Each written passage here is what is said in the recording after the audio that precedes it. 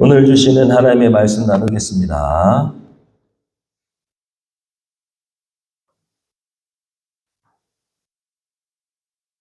오늘 주시는 하나님의 말씀은 창세기 32장 22절로부터 32절까지의 말씀입니다.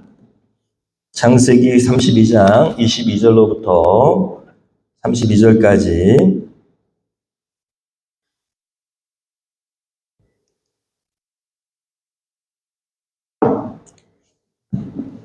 개역 개정 성경으로 우리 한 절씩 교독하겠습니다. 앞에 화면을 보시면 나옵니다. 22절을 제가 봉독하고 23절을 여러분이 봉독하고 교대로 교독하겠습니다. 아침에 일어나 두 아내와 두 여종과 11 아들을 인도하여 약복 나루를 건널세. 그들 인도하여 시내를 건너가게 하며 그의 소유도 건너가게 하고, 야곱은 홀로 남았더니 어떤 사람이 날이 새도록 야곱과 씨름하다가 자기가 야곱을 이기지 못함을 보고 그가 야곱의 허벅지 관절을 치매 야곱의 허벅지 관절이 그 사람과 씨름할 때 어긋났더라. 그가 이르되 날이 새려하니 나로 가게 하라. 야곱이 이르되 당신이 내게 축복하지 아니하면 가게 하지 아니하겠나이다. 그 사람이 그에게 이르되 내 이름이 무엇이냐? 그가 이르되 야곱이니이다. 그가 이르되 내 이름을 다시는 야곱이라 부를 것이 아니요 이스라엘이라 부를 것이니 이는 내가 하나님과 및 사람들과 겨루어 이겼음이니라. 야곱이 청하여 이르되 당신의 이름을 알려주소서. 그 사람이 이르되 어찌하여 내 이름을 묻느냐 하고 거기서 야곱에게 축복한지라. 그러므로 야곱이 그곳 이름을 브니엘이라 하였으니 그가 이르기를 내가 하나님과 대면하여 보았으나 내 생명이 보존되었다 함이더라. 그가 브니엘을 지날 때에 해가 돋았고 그의 허벅다리로 말미암아 절었더라. 그 사람이 야곱의 허벅지 관절에 있는 둔부의 힘줄을 쳤으므로 이스라엘 사람들이 지금까지 허벅지 관절에 있는 둔부의 힘줄을 먹지 아니하더라. 아멘. 할렐루야. 세번역 성경, 쉬운 성경인 세번역 성경으로 오늘 말씀을 다시 우리 교독하면서 마음에 담겠습니다. 22절 제가 봉독합니다. 그 밤에 야곱은 일어나서 두 아내와 두 여종과 11 아들을 데리고 약복나루를 건넜다. 야곱은 이렇게 식구를 인도하여 겨울을 건너보내고 자기에게 달린 모든 소유도 건너보내고 난 다음에 뒤에 홀로 남았는데 어떤 이가 나타나 야곱을 붙잡고 동이 틀 때까지 씨름을 하였다. 그는 도저히 야곱을 이길 수 없다는 것을 알고서 야곱의 엉덩이 뼈를 쳤다. 야곱은 그와 씨름을 하다가 엉덩이 뼈를 다쳤다. 그가 날이 새려고 하니 놓아 달라고 하였지만 야곱은 자기에게 축복해 주지 않으면 보내지 않겠다고 때를 썼다. 그가 야곱에게 물었다. 너 이름이 무엇이냐? 야곱이 대답하였다. 야곱입니다. 그 사람이 말하였다. 내가 하나님과도 겨루어 이겼고 사람과도 겨루어 이겼으니 이제 내 이름은 야곱이 아니라 이스라엘이다. 야곱이 말하였다. 당신의 이름이 무엇인지 가르쳐 주십시오. 그러나 그는 어찌하여 나의 이름을 묻느냐 하면서 그 자리에서 야곱에게 축복하여 주었다. 야곱은 내가 하나님의 얼굴을 직접 뵙고도 목숨이 이렇게 붙어있구나 하면서 그곳 이름을 브니엘이라고 하였다. 그가 브니엘을 지날 때에 해가 솟아올라서 그를 비추었다. 그는 엉덩이 뼈가 어긋났으므로 쫄뚝거리며 걸었다. 32절 밤에 나타난 그가 야곱의 엉덩이 뼈에 힘줄을 쳤으므로 이스라엘 사람들은 오늘까지 짐승의 엉덩이 뼈에 큰 힘줄을 먹지 않는다. 아멘. 우리가 오늘 주신 말씀 가지고 연약함의 능력이라는 제목으로 주신 하나님의 말씀을 나누려고 합니다. 우리가 개역개정 성경을 같이 쓰는 이유가 있습니다. 아시는 분들은 알지만 엊그제 영인형제하고 얘기하다가 한 번 더 알려드려야 되겠다 해서 일단은 우리 교회는 믿지 않는 영혼들, 성경을 잘 모르는 영혼들을 대비하기 위해서 세번역을 쓰고요. 그리고 우리 교회의 정체성이 믿지 않은 영혼들을 구원하는 교회이기 때문에 그렇습니다. 그래서 누가 와도 성경이 어렵지 않구나, 이해가 된다, 이렇게 해야 되기 때문에 세번역을 쓰는 것이고, 세번역은 최초로 우리 한국 학자들이 최초로 번역한 성경입니다. 그리고 고증에 따라서 코에네 그리크, 그리스의 언어가 그 당시에 일반 대중들이 쓰는 그런 말로 성경이 번역됐고, 그리고 쓰여졌기 때문에, 그렇기 때문에 코에네 그리키라고 그러는데, 그리스 말인데 일반 대중 언어로 쓰여진 책이 바로 성경책입니다. 누구라도 그 성경책을 읽고 헬라어 그것을 아는 사람들이 보면은 너무 쉽게 이해가 될 수 있도록 그렇게 쓰여진 책이 원래 원본인 헬라어 성경이에요. 그런데 이 성경이 선교사들에 의해서 저기 중국으로 갔지요. 그 중국 성경을 번역한 것이 우리나라 성경이에요. 그것이 처음에 만들어진 성경책이고, 그 발전해서 개역 한글이 됐고, 그 다음에 개역 한글이 개역 개정이 된 거예요. 물론 고증을 통해서 지금 개역 개정은 그나마 조금 더 원어에 가깝게 번역했다고 하지만, 사실은 우리가 그 책을 읽을 때 일반 사람들은 무슨 얘기인지 몰라요. 하나님은 무엇 때문에 성경을 만들었다고요? 누구나 그 성경을 읽으면 하나님의 진리를 깨달을 수 있도록 쉬운 성경으로 만드셨다고요. 그런데 우리나라 성경은 일반 사람들이 그걸 읽으면 무슨 얘기인지 몰라요. 잘못됐죠. 그래서 세번역 성경은 왜 생겼냐? 그 원래의 성경의 의도를 그대로 반영해서 누구라도 읽어도 쉽게 이해할 수 있는 성경으로 한번 만들어보자 하면서 학자들이 모여서 처음 한글말로 번역한 쉬운 성경이 세번역이기 때문에 세번역을 쓰는 것입니다. 알아두면 좋을 것 같아가지고 제가 말씀드리는 거예요.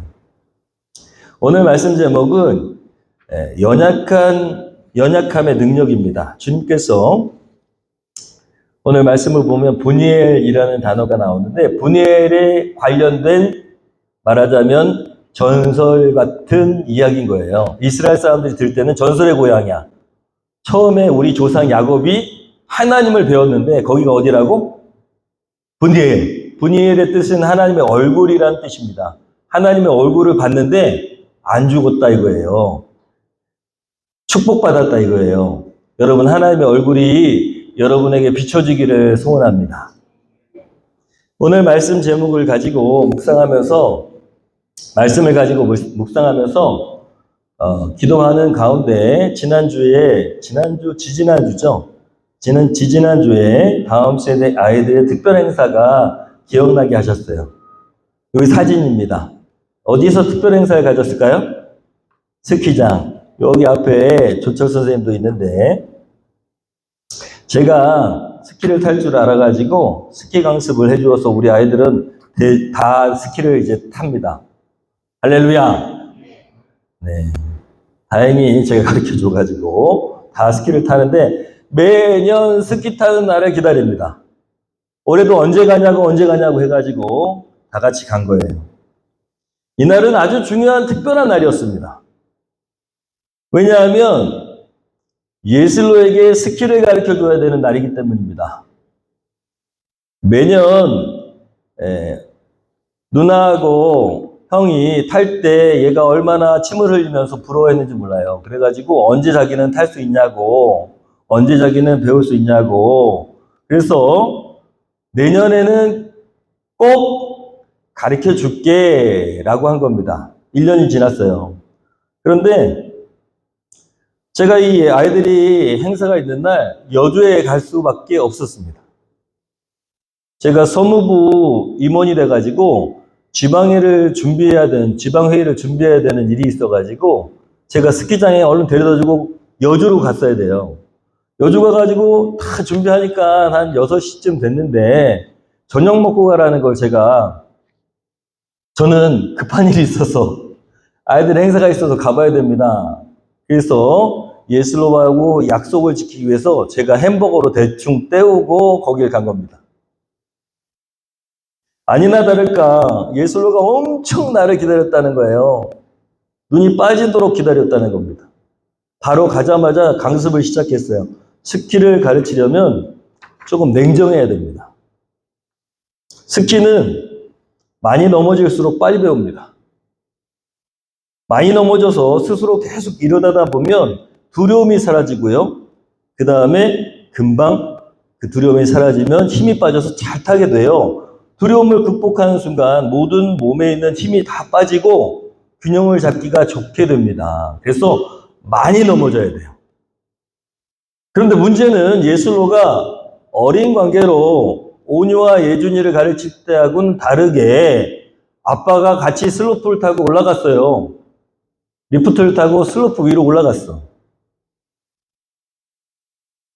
그래가지고 앞에서 예슬로가 넘어지면 자기가 일어나야 되는데 자꾸 아빠가 세워주는 거예요. 어리니까. 아직 어리니까. 그러니까 얘가 자꾸 아빠의 도움을 받아가지고 일어나려고 하고 잘 안 일어나려고 해요. 근데 스키는 넘어졌을 때 잘 스키를 이렇게 11자로 만들어서 일어날 줄 알아야 그래야 스키를 탈 수 있거든요. 근데 자꾸 아빠를 의지하면서 일어나려고 하지 않고 앞으로 나아가려고 하잖아요. 자꾸 붙잡으려고 그래. 그래서 제가 하도 보다가 안 되겠어서 너무 안 늘어가지고 아빠 먼저 내려가라고. 그래가지고 아빠는 걸어서 내려갔습니다. 그리고 나서 내려가자마자 강훈련이 시작됐습니다. 저는 안 세워주니까. 안 붙잡아주니까. 그러니까 얘가 아마도 넘어지면 11자로 이렇게 만들어서 일어나야 되고, 그런데 안 되니까 자꾸 이제 저를 의지하는데, 제가 안 세워주니까, 아마 예술 입장에서는 아빠처럼 세워주지 않는 제가 원망스럽고 이상할 거라고 생각해요.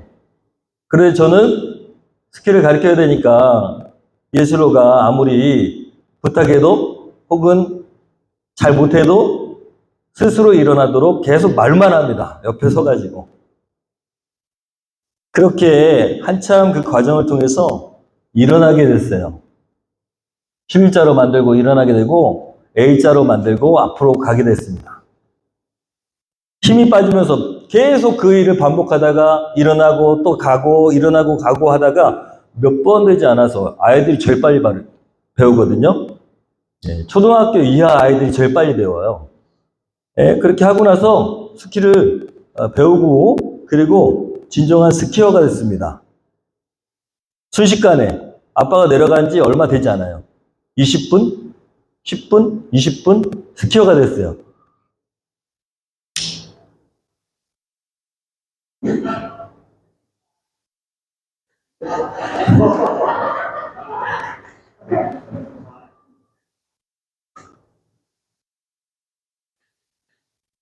잘 타죠? 안 넘어져요. 안 넘어져. 이건 아마 첫 번째나 두 번째 정도 뒤에 따라가는 게 접니다. 잘 타죠? 제가 오히려 넘어질 뻔하잖아요. 여러분, 얘가 얼마나 빨리 내려가냐면 질주를 합니다. 세 번째쯤 탈 때는 너무 빨리 내려가서 위험한 거예요. 그래서 제가 막 쫓아가는데 얘가 너무 빨리 내려가니까 위험하니까 쫓아가다가 제가 넘어졌어요. 균형을 못 잡고. 그렇게 빨리 질주하는 애가 됐습니다.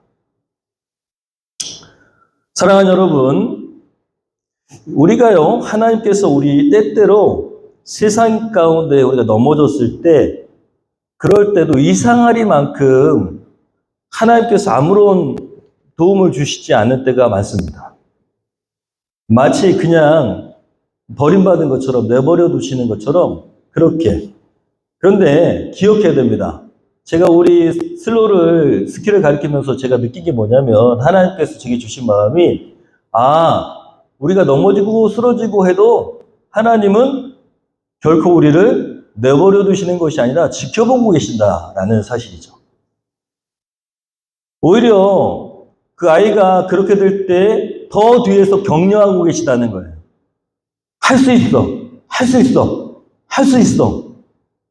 여러분 직접적으로 개입하지 않는 이유는 하나님이 우리에게 무엇인가를 배우게 하시기 위해서라는 것이죠. 왜 그럴까요? 우리가 힘을 빼야 되기 때문입니다. 여러분, 갈 때는 연약해 보이지만 결코 부러지지 않습니다. 바람에 맞서지 않고 바람과 함께 춤을 춥니다. 그래서 연약한 것 같지만 아주 강합니다. 그리스도인은 마치 갈대와 같아야 됩니다. 여러분, 세상은 험하고 그리고 강해지라고 얘기하는데 그 강함은 하나님 원하시는 강함이 아니에요. 많이 가졌다고, 많이 배웠다고 강한 것이 아니라 여러분, 어떤 세파에도 끄떡하지 않는 그 강함을 하나님께서 원하시는 줄로 믿습니다. 그리스도인은요, 약할 때 강한 줄로 믿습니다. 넘어지고 쓰러져야 비로소 스스로의 힘이 빠지고 하나님의 참 능력을 힘입을 수 있기 때문에 하나님께서 쓰러질 때도 여러분 기다려주시고 격려하시는 하나님이시라는 것을 꼭 잊지 마십시오. 하나님 우리를 버려두시는 것이 아닙니다.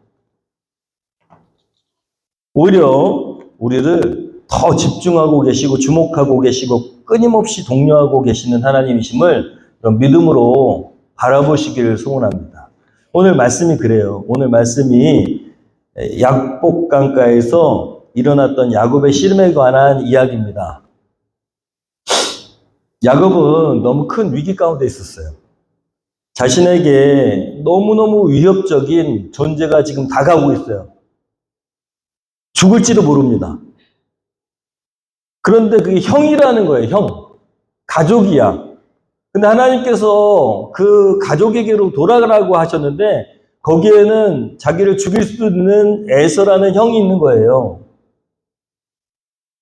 그런데도 불구하고 가야 되는 길입니다. 우리 믿음의 사람들이 가는 길도 마찬가지예요. 좁은 길이 그래서 좁은 길입니다. 험하고 힘든 길이지만 가야 할 길입니다. 그것이 하나님이 계신 하나님 나라를 향한 우리의 길의 여정이고 인생길의 여정이죠. 가야 됩니다. 죽을 수도 있어요. 위협도 있고 가야 됩니다. 그게 야곱이 우리에게 보여주는 믿음의 길, 고향으로 돌아가는 길. 여러분, 그런데 그렇게 위협적인 형이 다가오는데 이미 두 패로 나눠가지고 한 패를 먼저 건너보내고 또 한 패는 이쪽으로 보내고 해가지고 가족들을 사자굴에 집어넣는 것처럼 그 정말 무식한 형, 언제 죽일지 모르는 그 형한테 보냈어요. 사자굴에 넣었어요. 그리고 자기는 이제 남아있어. 그런데 그렇게 남아있는 그때 갑자기 한밤중인데 사람이 나타나가지고 씨름을 건 거예요. 그게 오늘 말씀입니다. 그 씨름을 막 했어요. 저 그림처럼 막 씨름을 했어. 씨름에 집중한 나머지 야곱은 열심히 하는데 그 나타난 사람이 팍 건든 데가 바로 환도뼈라고 기록되어 있는 거기를 딱 건드리고 그리고 야곱은 탈골이 됐습니다. 위골이 됐어요. 왜 하나님이 야곱이 지금 에서가 지금 다가오는 그 공경스럽고 위급하고 떨리고 두렵고 그런 상황 가운데 하나님 갑자기 나타나서 씨름을 하셨을까요? 그리고 왜 이 다리가 이렇게 위골되게 좋은 하나님이 여러분 좋은 하나님이시잖아요. 왜 다리 뼈가 위골되게 팍 이렇게 치셨을까요? 그냥 좋은 말로 오늘 말씀 제목처럼 연약함의 능력이기 때문입니다. 여러분 야곱에게 씨름 거신 하나님은 사랑의 하나님이십니다. 좋은 분이시죠. 절대 나쁜 것을 주시지 않습니다. 가끔 지혜로운 아빠는 자녀가 고민거리가 있고 시무룩했을 때 느닷없이 장난을 걸 때도 있습니다. 그리고 이길 수 있음에도 일부러 져주면서 그러면서 자녀의 길을 살려주기도 하죠. 제가 보면은 전사님하고 에슬로나 예전에 예준이는 놀아주면서 항상 간당간당하게 하다가 아빠가 져주는 경우가 많아요. 저는 무조건 이깁니다. 제 아들 아니니까. 저 지는 거 싫어하거든요.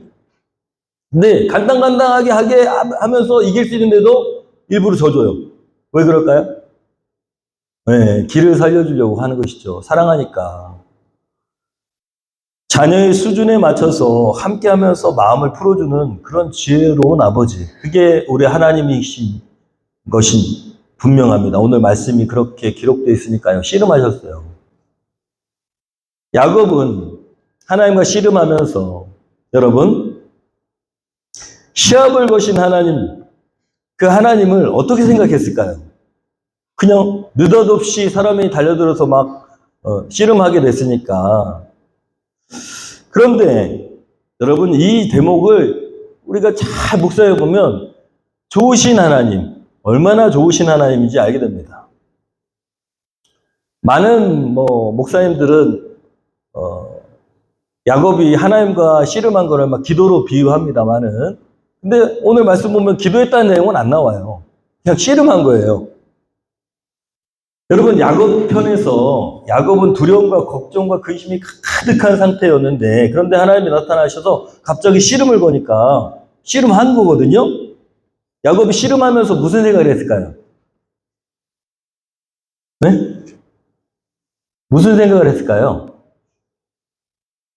아, 힘들어 죽겠다. 이런 생각 했을까요? 여러분, 씨름하면서 야곱이, 강 건너간 가족들은 어떻게 됐을까? 이런 생각 했을까요?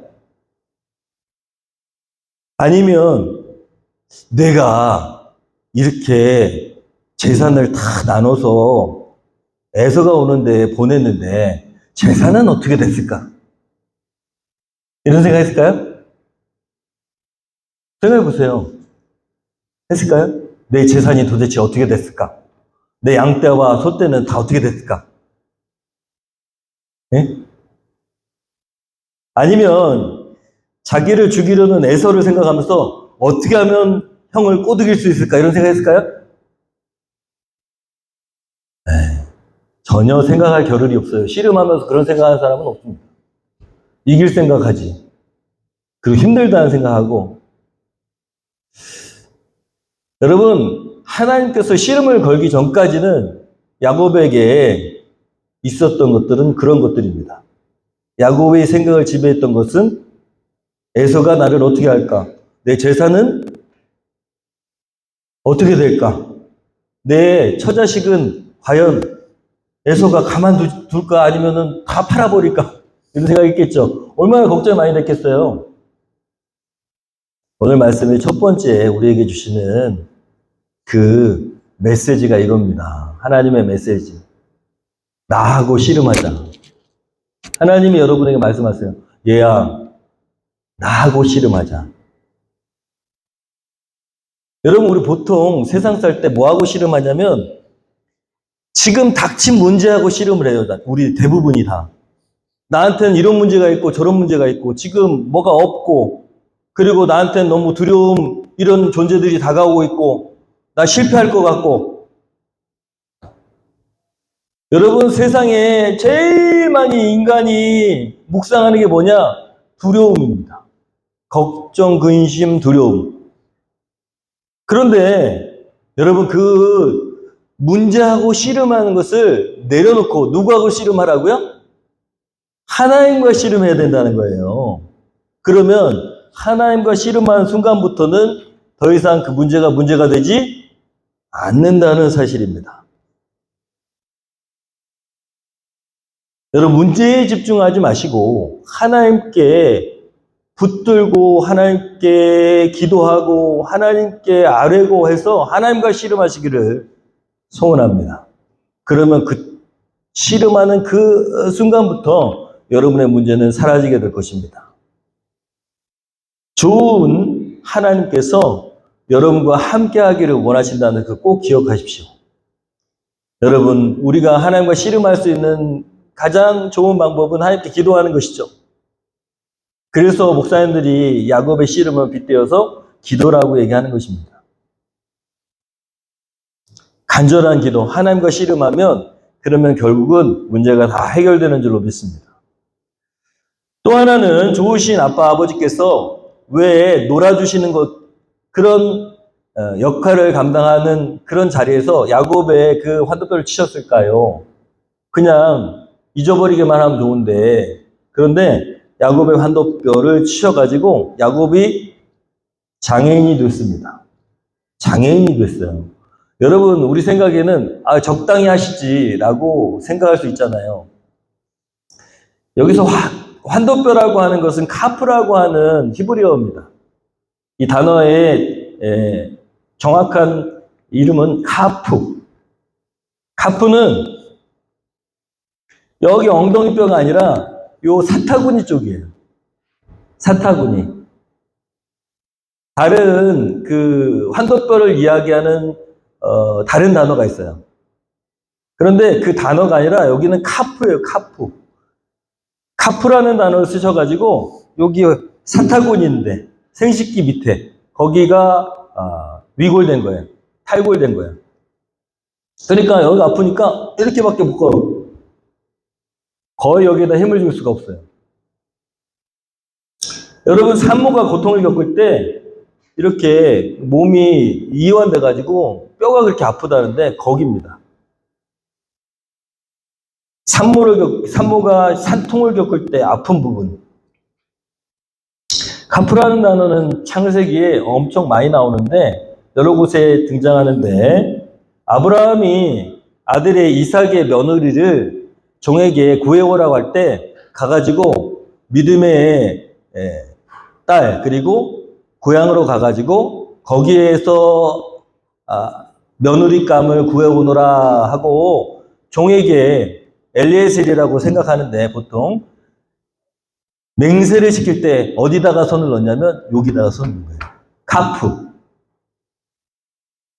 그리고 야곱이 죽을 때 내 뼈를 여기에다가 장사하지 말고 내 뼈를 가져다가 고향, 하나님이 원하시는 그 고향 땅 가나안 거기에다 묻어라 라고 시킬 때, 맹세를 시킬 때 어디다 손을 대고? 여기 카프에다 손을 대고 맹세한 거예요. 그렇게 중요한데요. 이스라엘 사람들에게는 가장 중요한 곳. 왜냐하면 이스라엘 사람들이 거기에다 대고 맹세를 하는 이유가 뭐냐면 그곳이 힘의 상징이기 때문입니다. 남자가 가지고 있는 힘의 상징, 권력의 상징, 능력의 상징, 카프라는 곳이 거기에다가 대고 맹세하는 거예요. 그런데 거기가 닫혀버렸어. 누가요? 야곱이. 하나님께서 야곱이 가진 모든 힘의 근원을 끊어버리신 거예요. 그런 의미가 있어. 그래서 야곱은 방전이 됐습니다. 방전. 쉽게 얘기하면 무기력한 존재가 됐어요. 힘이 없어, 이제. 왜냐하면 거기가 남자 힘의 근원인데 거기를 절고 있으니까 사람들이 다, 일반 사람들 보면 하나님이 뭐 했다? 치셨다. 하나님이 치신 자가 된 거예요.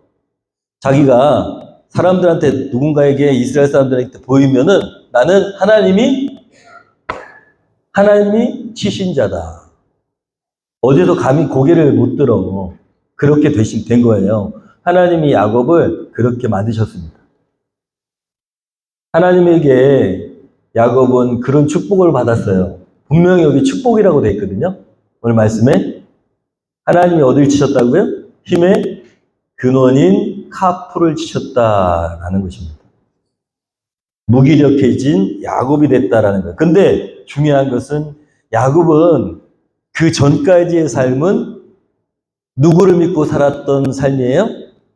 자신의 머리와 자신의 능력과 자신의 지혜를, 그리고 자신의 머리로 다른 사람들을 속이면서, 그리고 얼마든지 내가 저 사람을 꼬드길 수 있다라고 생각한 그런 삶이었어요. 자신의 능력, 자신의 재산, 그런 것들을 믿고 산 사람이었어요. 하나님을 전적으로 신뢰하거나 의지하지 않았어요.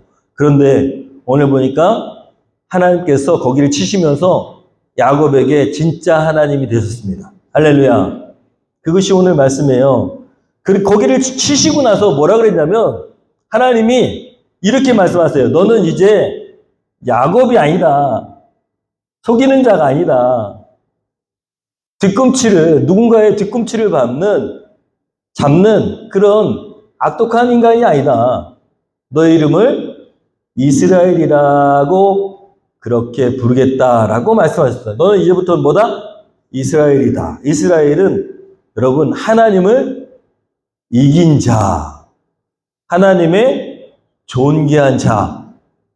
좀 어떻게 보면 잔인하세요. 힘을 다 빼가지고 절룩거리게 장애인을 만들어 놓고 너는 하나님 이겼다. 너무 하시는 거 아니에요? 너 이제 하나님 이긴 자. 아니 증거가 뭐예요? 카프가 무너졌어. 부서졌어. 사람들이 봤을 때는 하나님을 이겼다고 보겠어요? 근데 이름은 뭐야? 네, 하나님 치신 자인데 이름은 하나님을 이긴 자가 됐다는 거예요. 너무 역설이죠. 아이러니하죠. 하나님께서 치셨는데도 불구하고 존귀한 자로 하나님 부르신다는 거예요. 여러분, 하나님 앞에 힘이 빠지고 완전히 연약해질 때 비로소 이긴 자가 되는 것입니다. 존귀한 자가 되는 것입니다. 그게 오늘 말씀에 우리에게 주시는 하나님의 뜻이에요. 힘이 빠져야 됩니다.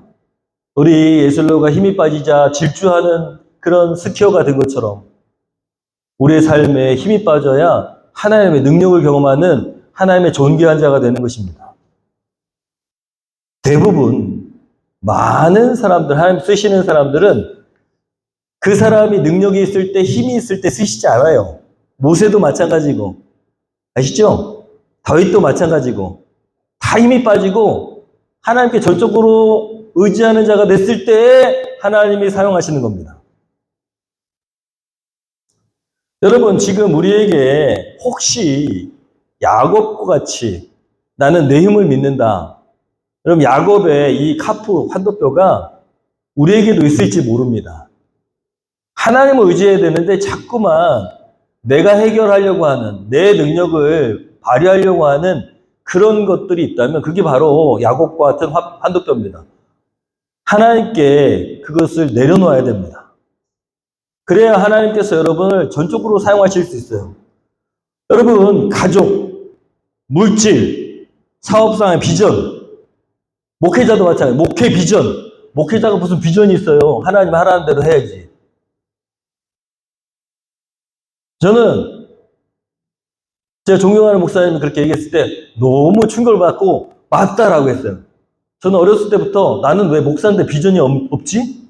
나는 왜 목사인데 막 어떤 열정 이런 게 없지? 나는 왜 선교 정신이 없지? 나는 선교지로 왜 가고 싶지 않지? 이렇게 생각했어요.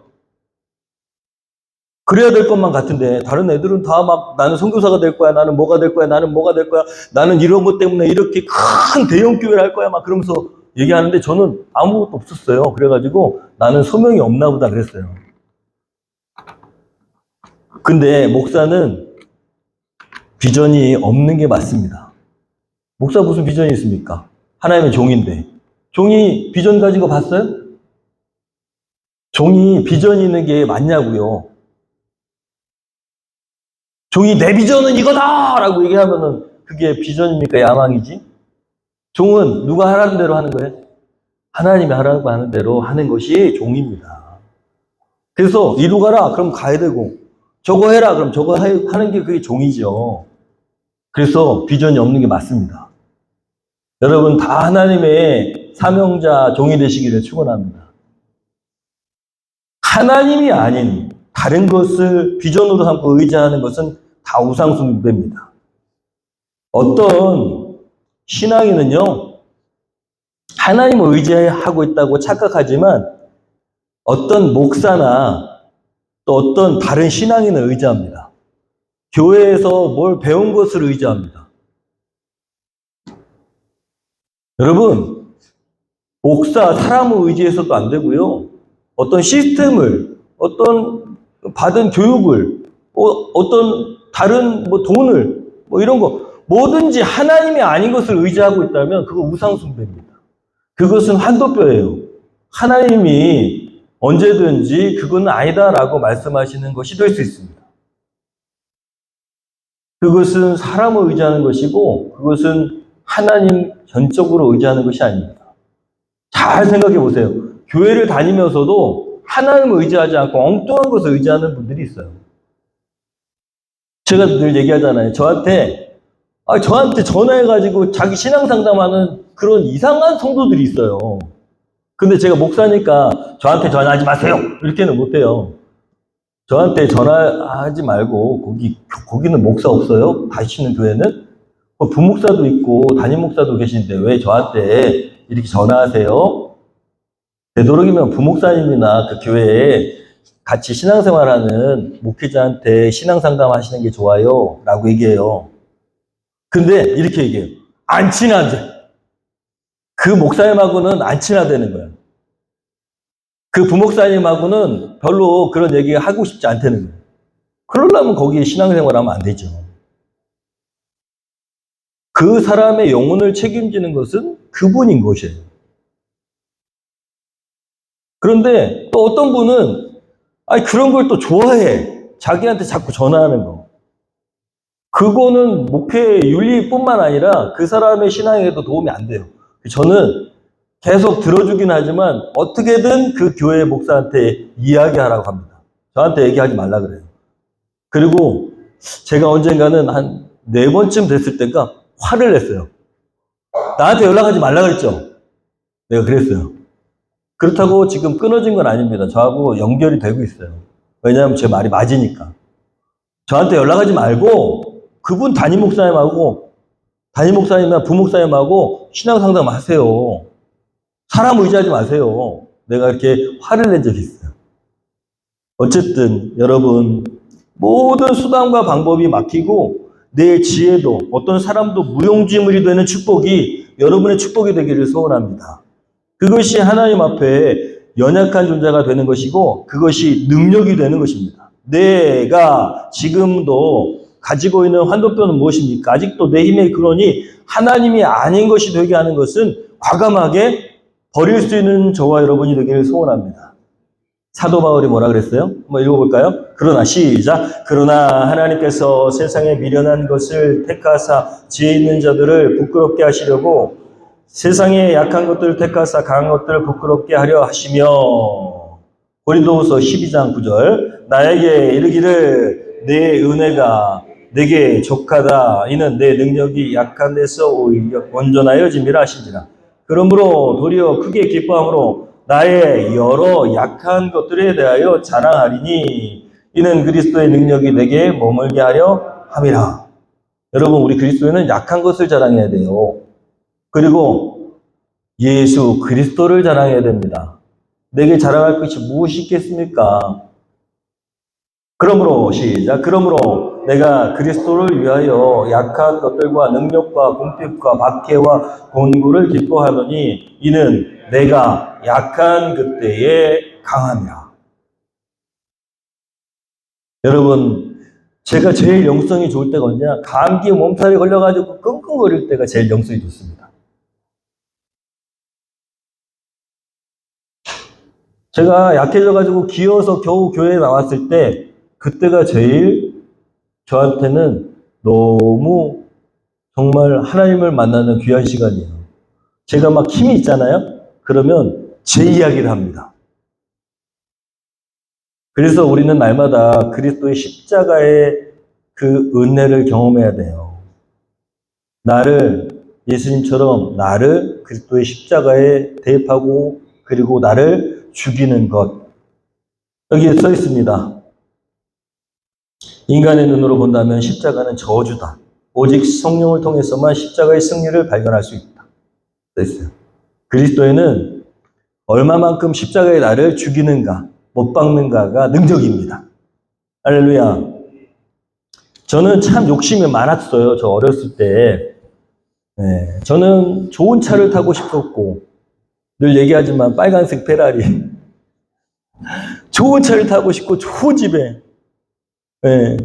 우리 지금 예배당 정도 되는 원룸에 살고 싶었어요. 이 예배당 정도 되는 한 80평, 100평 정도, 그리고 통유리로 되어 있는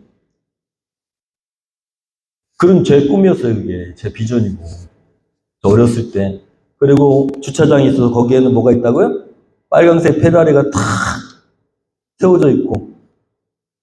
통유리로 다 만들어가지고, 한 개의 방으로 만들어가지고 살아야지.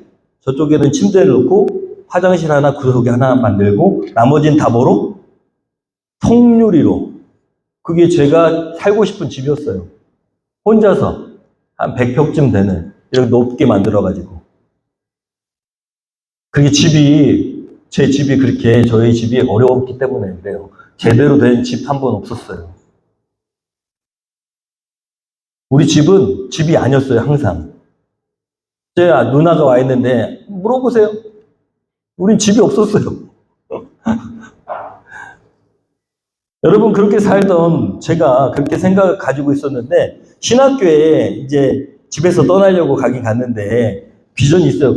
없어요. 가긴 갔어. 안 가면 안 된다고 그러니까. 소원했으니까 가야 된다고 하니까 가긴 갔어요.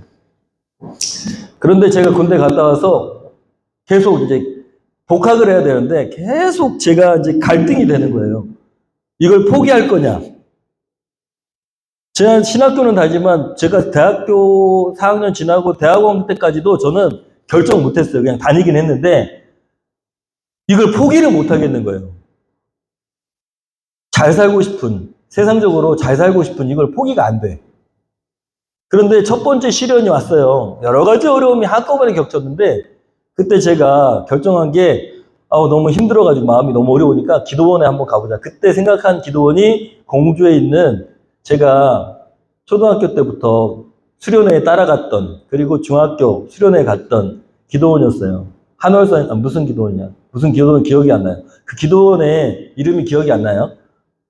무슨 기도원이었는데 갑자기 기억이 안 나네요.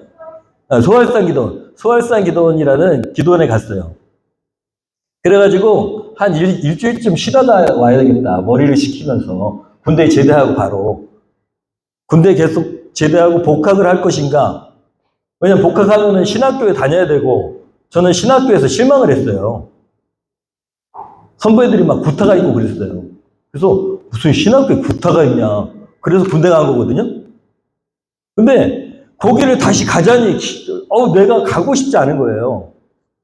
목사를 하자니 이거를 다 지금 페라리를 포기하고 그리고 이거 재산을 다 포기해야 되잖아요.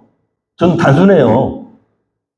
그래가지고 고민하고 또 뭐 여러 가지 얘기할 수 없는 여러 가지 고민들이 있었어요. 그래가지고 기도원에 갔는데 이틀 만에 이런 생각을 주셨어요. 죽든지 아니면 응답을 받고 내려가든지. 그래가지고 어떻게 하냐면 이틀 만에 30일을 금식하기로 했어요. 죽든지 응답을 받든지.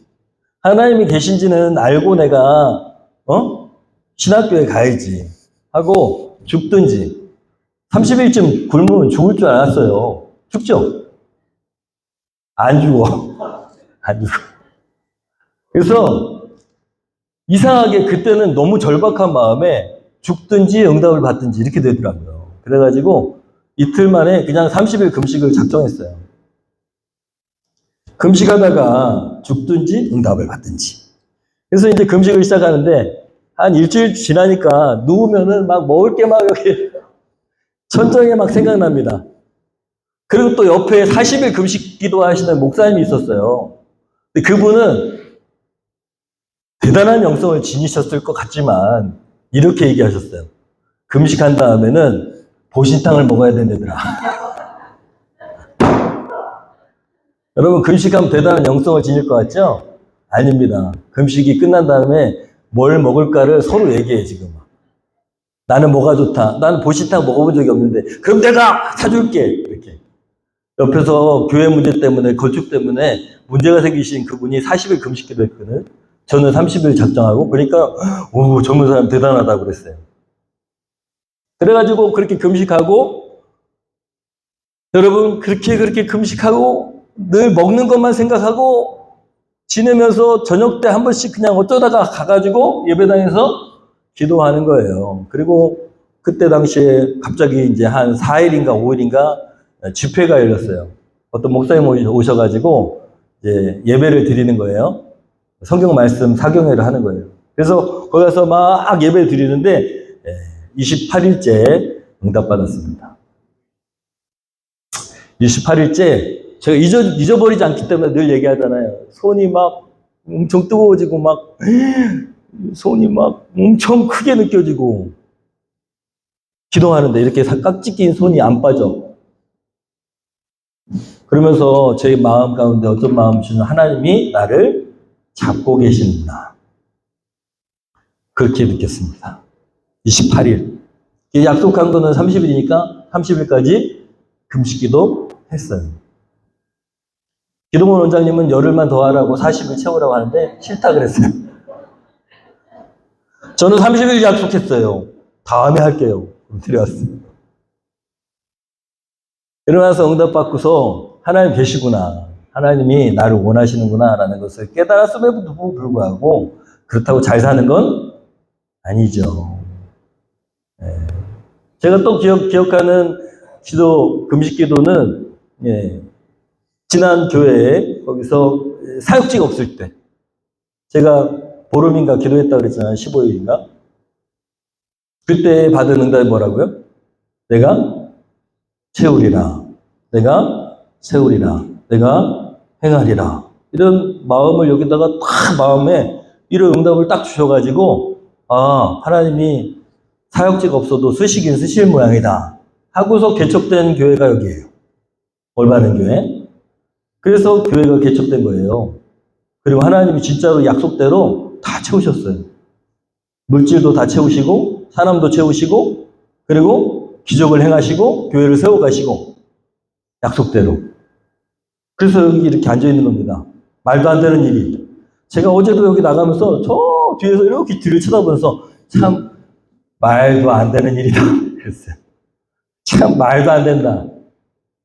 너무 이해가 안 되니까 진짜 말도 안 된다 이런 생각을 했어요. 교회 성도들이 막 헌금을 많이 해가지고 부흥을 해가지고 막 사람들이 너무 많아가지고 교회를 좀 옮겨야겠다 그래서 이렇게 옮긴 것도 아니고 세상에 어떻게 이렇게 기적이 일어났을까요? 이 우리 조금 몇 되시지도 않는 20명도 안 되는 우리가 어떻게 이런 데 이렇게 앉아 있을까요? 참 기적입니다. 여러분 저는 금식하면서 항상 뭐 대단한 영성을 지니게 된다거나 뭐 어떤 능력을 갖게 된다거나 그런 게 아니고 항상 말씀드리지만 힘 빼기입니다. 힘 빼기. 나는 참 별 볼 일 없는 자구나. 여러분 한번 여러분이 정말 어려운 일이 있거나 계속 상황이 몰려가지고 그것이 자꾸 묵상되고 그것이 자꾸만 나를 괴롭히고 내 마음이 두려움이 임하고 걱정이 임하잖아요. 그러면 한 일주일만 금식해 보세요. 싹 없어집니다. 싹 없어져. 뭐만 생각날까요? 먹고 싶은 거. 먹고 싶은 것만 생각나요. 진짜예요. 한 열흘쯤 금식해 보세요. 여러분 세상에 걱정거리가 아무것도 없어져요. 뭐만 생각난다고요? 뭐 먹어야겠다. 이것만 생각나요. 그러면서 진짜 하나님 앞에 초라한 자가 됩니다. 야, 내가 명색이 목사인데, 내가 명색이 그래도 신앙이 있다고 하는데, 나 참 별 볼 일 없는 자가. 야, 이렇게 어려운 상황 가운데서 기도한다고 기도원에 왔는데, 야, 이렇게 먹을 것만 생각나냐? 이게 진짜 영성입니다. 아시겠어요? 이게 진짜 영성이에요. 하나님 앞에 내가 진짜 아무것도 아니고 보잘것없는 인간이구나. 먹을 것만 탐하는 인간이구나. 이걸 깨달으면 모든 문제는 다 사라집니다. 여러분 오늘 말씀 연약함이 능력이다. 여러분 하나님 앞에 연약할수록 하나님의 능력을 힘입는 그런 귀한 여러분 되시기를.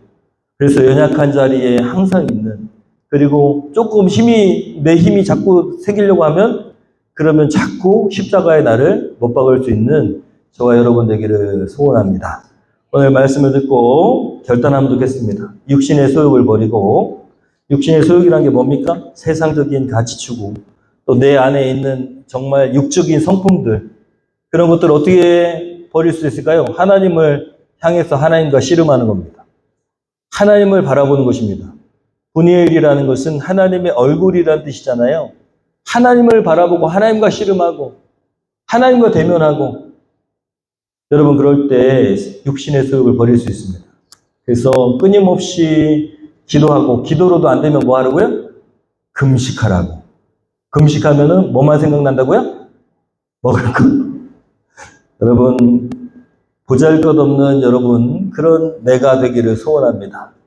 여러분 오늘 말씀을 듣고 하나님 앞에 내가 뭘 할 수 있을까? 섬기거나, 섬기는 것은 내 훈련입니다. 내가 누군가의 내 성격을 버리고 누군가에게 사랑을 전하고 그분을 위해서 헌신하는 것은, 섬기는 것은 여러분 내가 축복받는 길입니다. 그래서 우리는 섬기는 자가 되어야 됩니다. 섬긴다는 것은 뭐냐? 내 필요보다 상대방의 필요를 먼저 채우는 것을 얘기합니다. 섬기거나 혹은 누구를, 하나님을 알리거나 간증하거나, 그게 우리의 삶이어야 됩니다. 충성인으로 살아가시기를 소원합니다. 충성인. 그 다음에 말씀 읽기와 감사를 늘 올리시는 삶의 습관을 만드시기를 축원합니다. 우리 결단 찬양하고 결단 기도하겠습니다. 내가 과연 오늘 말씀 듣고 어떤 삶으로 내가 어떻게 결단할 것인가?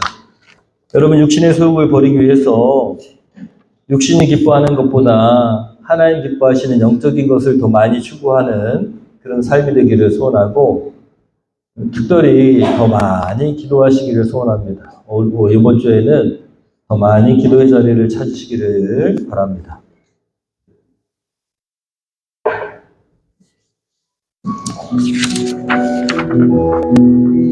하나님을 바라보기를 소원합니다. 하나님의 사랑을 사모하는 자, 하나님의 평안을 바라보는 자, 너의 모든 것 창조하신 우리 주님이 너를 얼마나 사랑하시는지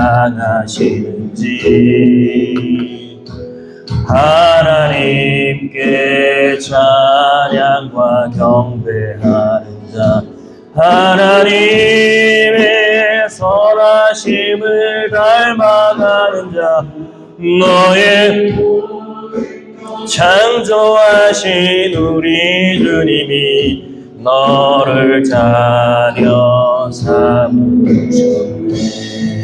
하나님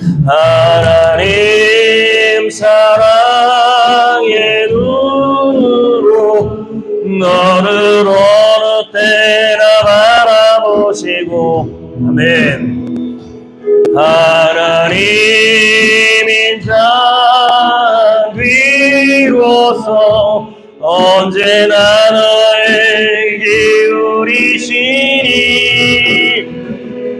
너는 밝은 빛을 비춰주시고 너의 작은 시름에도 응답하시니 너는 어느 곳에 있든지 주를 향하고 주만 바라볼지라.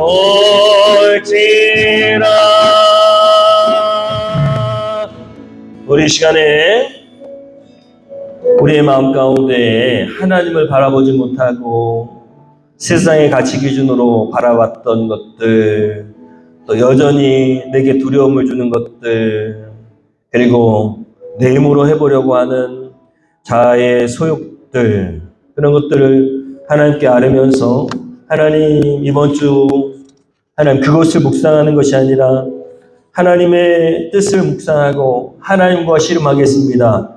하나님, 제가 기도의 자리에 더 많이 있겠습니다. 더 하나님과 씨름하는 시간을 갖겠습니다. 하나님, 제 자아의 성품이 드러날 때에 성령님을 의지하는 그런 우리가 되겠습니다. 하나님, 섬기거나 주님을 높여드리는 간증을 하거나 삶의 자리에서 그 사람을 만날 때 그렇게 할 수 있도록 하나님 역사해 주시옵소서. 구체적으로 충성으로 살아가는 삶을 위해서 구체적으로 우리 하나님께 결단 기도합니다. 기도하겠습니다. 하나님,